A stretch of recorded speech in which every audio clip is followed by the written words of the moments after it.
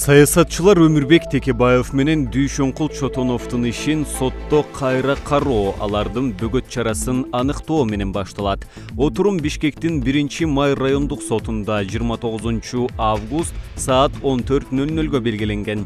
Адвокат Таалайгүл Токтакунова Азаттыкка билдиргендей, жактоочулар соттон саясатчылардын баш коргоо чарасын өзгөртүп, тилгат менен абактан бошотууну өтүнүшкөн. Саясатчылардын иши кайра каралаарын 1-май райондук сотунан дагы ырасташты. Эске салсак, Өмүрбек Текебаев Россиянын жараны Леонид Маевскийдин жалган көрсөтмөсү менен 2 жылдан ашуун абакта жатат.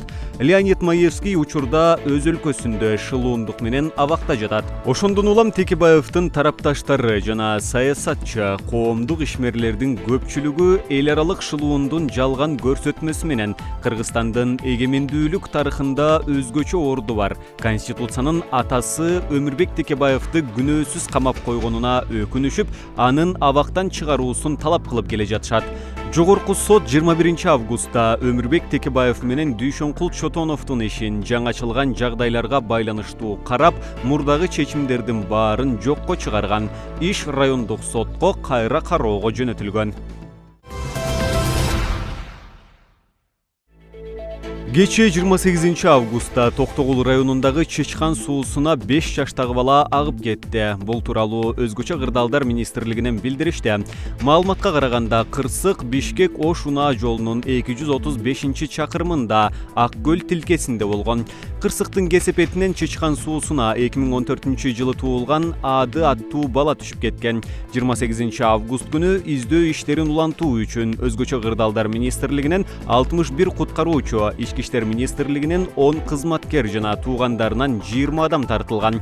Куткаруучулар баланын жансыз денесин саат 18:10 чамасында суудан таап чыгып, туугандарына өткөрүп беришти. Ички иштер министринин мурунку орун басары Курсан Асановдун уулу Мухаммедали Асановго прокуратура издөө жарыялады. Бул баягы кызгылт баштыктын изи менен жасалып жаткан аракет.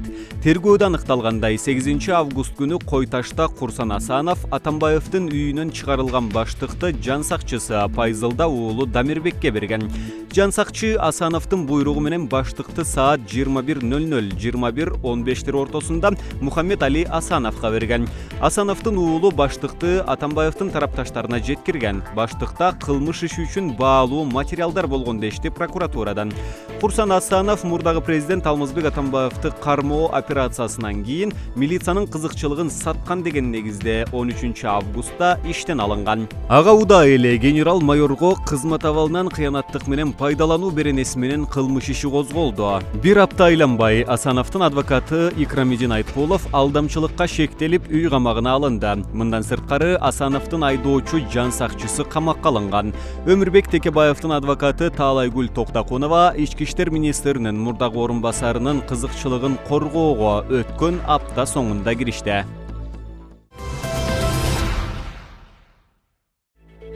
Ош шаарынын вице-мэри Жасур Азимов мас абалында жол кайгуулчулардын колуна түштү. Ушундай маңыздагы видео интернетке тарады. Видеодон көрүнгөндөй, Жасур Азимов делген киши унаасы менен Борбордук аянт жактан өтүп баратканда жол кыймылынын коопсуздугун камсыздоо башкармалыгынын кызматкерлери токтоткон. Конокторго Ленинди көрсөтүп коеюн. Ленин эч жерде жок деген чиновник видеого тарткан үчүн жол кайгуулчуларды сөккөнү угулат. Кийин Азимовдун наркология бөлүмүнө алып барып текшерип, унаасын айып аянтчасына киргизип, өзүн кое беришкен. Эске сала кетсек, түнкү убакта Оштун Борбордук аянты тарапка жол кыймылына тыюу салынган. Жасур Азимов былтыр октябрда вице-мэрликке келген.